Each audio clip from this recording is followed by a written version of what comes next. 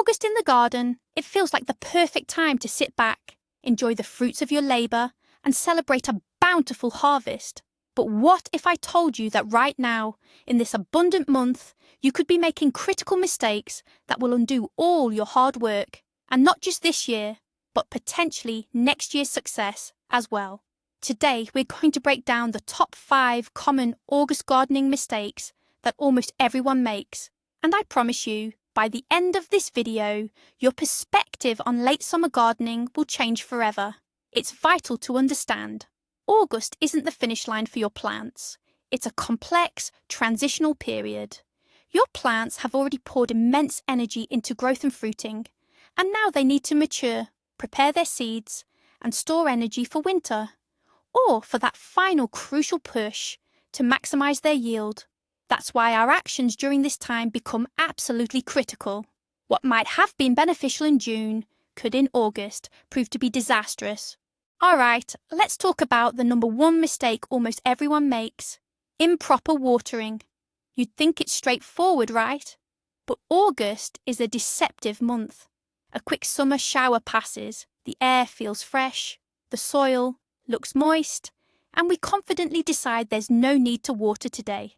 But that's a trap. These short rains only moisten the top inch or 2 of soil. It's like taking a single sip of water on a scorching hot day. Pleasant for a moment, but it doesn't quench your thirst. The main roots, especially for plants like tomatoes, peppers, and eggplants, are much deeper. That shallow moisture simply doesn't reach them.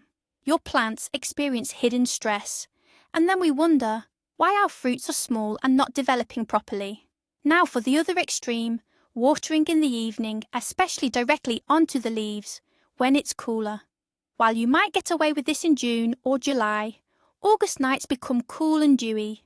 Moisture on the leaves simply doesn't have time to dry before morning. By doing this, you're essentially creating the perfect breeding ground, a real incubator for fungal diseases. Late blight on your tomatoes and potatoes, powdery mildew on your cucumbers and zucchini. They all absolutely thrive in such damp conditions. You could literally lose a significant portion of your harvest in just a couple of nights. So, what's the solution? Remember the golden rule for August. Water infrequently, but deeply. It's much better to water once every 5 to 7 days, but do it thoroughly enough to moisten the soil to a depth of 6 to 8 inches. Always direct the water strictly to the base of the plant, being careful not to splash the leaves. And make sure you do this during the morning hours, so any accidental splashes have plenty of time to dry before the cool night sets in. Alright, we've covered watering. Now let's talk about the second major mistake, one that's just as detrimental: improper feeding. Many gardeners, out of habit, keep feeding their plants nitrogen-rich fertilizers. Things like manure infusions, green manures, or ammonium nitrate. While these were perfectly fine in June, doing so in August is like giving a marathon runner a heavy, greasy meal right before the finish line. Your plant gets the signal: grow! Produce more green mass! And obediently, it starts pushing out new leaves and shoots. The problem is, this new growth is utterly useless.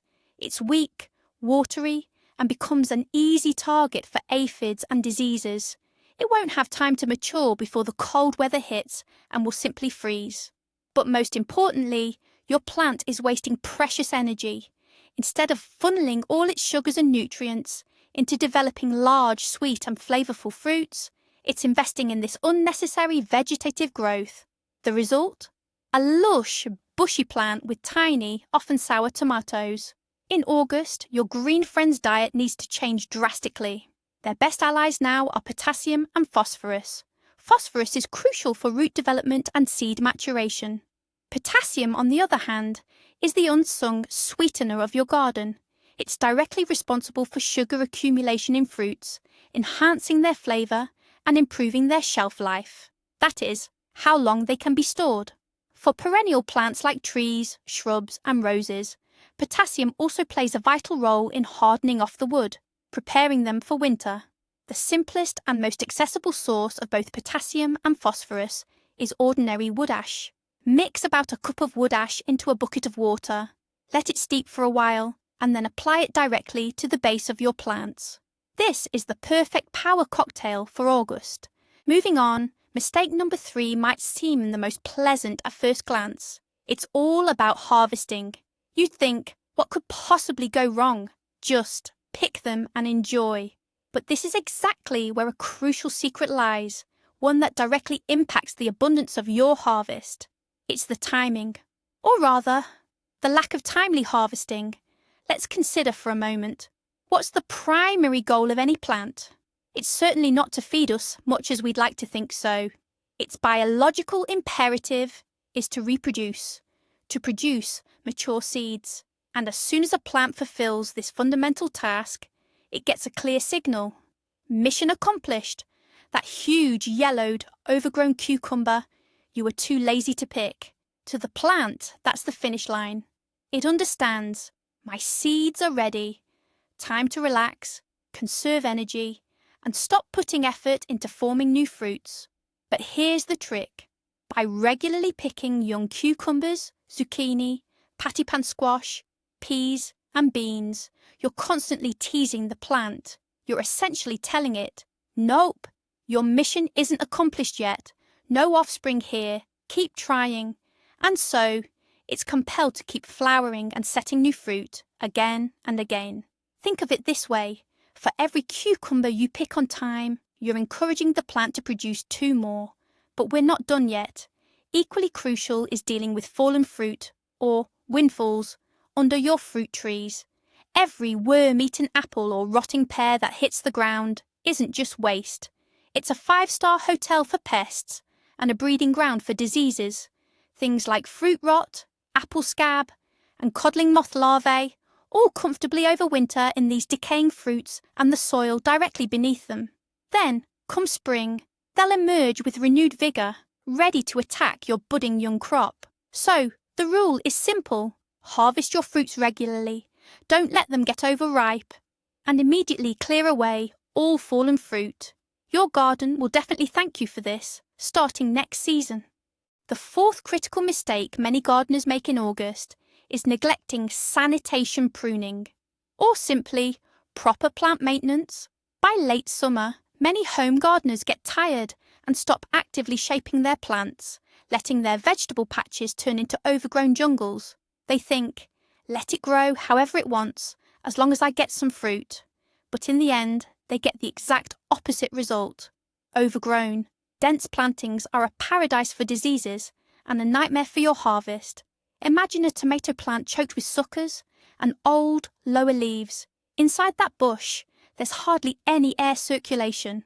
After rain or watering, it stays constantly damp. Sunlight can't penetrate to the ripening fruit. These are perfect conditions for the development of late blight and other fungal infections. Disease can erupt instantly and spread through those thick, dense growths like wildfire through a dry forest. What's more, the plant expends a huge amount of nutrients to maintain all this excess green foliage. Instead of channeling energy into ripening fruit, it's feeding dozens of useless suckers and aging leaves. As a result, tomatoes on such plants ripen slowly, remain small, and often suffer from blossom end rot due to nutrient deficiency. So, what should you do? Don't get lazy. Regularly, at least once a week, go through your garden beds with your pruning shears. Ruthlessly remove all suckers from your tomato plants. Snip off lower leaves up to the first fruit cluster. They've already done their job and are now just draining vital energy. Remove any yellowed, diseased or damaged leaves from all your plants. This simple procedure, much like a good spring cleaning for your home, frees up plant resources, improves air circulation, ensures sunlight reaches the fruit, and is the best possible disease prevention. You'll immediately notice your vegetables starting to ripen faster and more uniformly. And finally, our 5th and arguably most strategic August mistake. This one isn't about what's happening now, but rather about what won't happen in the future. I call this the empty plot syndrome, or, more simply, treating the gardening season as if it's already over. You've harvested your garlic, onions or early potatoes, and then just left the bed bare until next spring. Let the soil rest, you might think. But nature abhors a vacuum. That bare bed, will immediately be overrun by the most aggressive and persistent weeds. They won't just steal any remaining nutrients from the soil, they'll also manage to set seed, guaranteeing you double the weeding next year. What's more, exposed soil suffers greatly from summer heat, heavy rains, and strong winds. It dries out, cracks, its structure breaks down, and beneficial microorganisms die off. By spring, that resting bed will have transformed into a lifeless, depleted patch of soil. So what's the solution? It's simple. Plant cover crops. They are a true lifesaver for your garden. As soon as a bed becomes available, immediately sow it with mustard, phacelia, oats, or rye. These plants grow quickly, forming a dense green carpet. They suppress weed growth, protect the soil from erosion and drying out, and their roots actually aerate it better than any mechanical cultivator. But most importantly, they're future food for your soil. In the fall, once they've grown, you can simply mow them down and turn them into the soil. They'll decompose over winter, enriching your land with organic matter and nitrogen, just as effectively as well-rotted manure. August is the ideal time to start thinking about the next season, planting cover crops, planning your crop rotation, even starting to prepare warm beds for next year. All of these are investments in your future harvest. It's a mistake to think that August marks the end of the season. In reality, it's a new beginning. Now let's get to the most crucial point. The most destructive mistake you can make in August isn't improper watering or feeding. It's the belief that the season is almost over. In fact, August isn't an epilogue. It's the prologue to next year's harvest. It's right now you're building the foundation for your garden's future health. By stopping watering, feeding incorrectly, letting produce rot on the vine, and allowing your garden to become overgrown, you're not just losing some of your current harvest. You're depleting your soil, creating a breeding ground for diseases and pests over winter, and condemning yourself to double the work come spring. Talk about a plot twist, right? Everything you do in August has long-term consequences. So, let's recap. In August, we water deeply at the roots, feed with potassium and phosphorus, regularly harvest all your produce, perform essential cleanup, and start preparing the soil for the next season. By remembering these simple rules, you'll not only preserve and enhance this year's harvest, but also make a huge investment in next year's. Thanks for watching this video until the very end. If you found it helpful, please give it a like and subscribe to the channel so you don't miss out on more tips. Now, a question for you. What August gardening tasks do you find most important? Or perhaps you've made one of these mistakes yourself. Share your experience in the comments below and let's discuss.